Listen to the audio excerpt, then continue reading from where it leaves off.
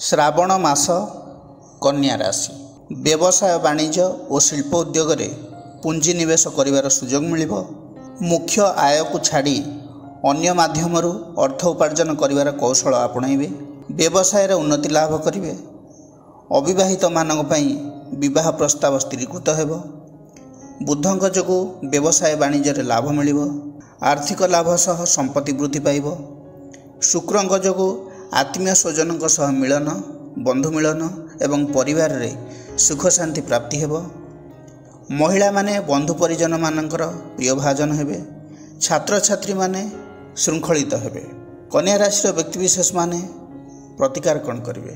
विष्णु सहस्र नाम पाठ करंतु एवं बुद्धंकर बीज मंत्र जप करंतु। मंत्रटी है ओं ब्रांग ब्रिंग ब्रौं स बुद्धाय नमः। दैनिक 108 थर जप करंतु। आपणों शुभ रहिबो।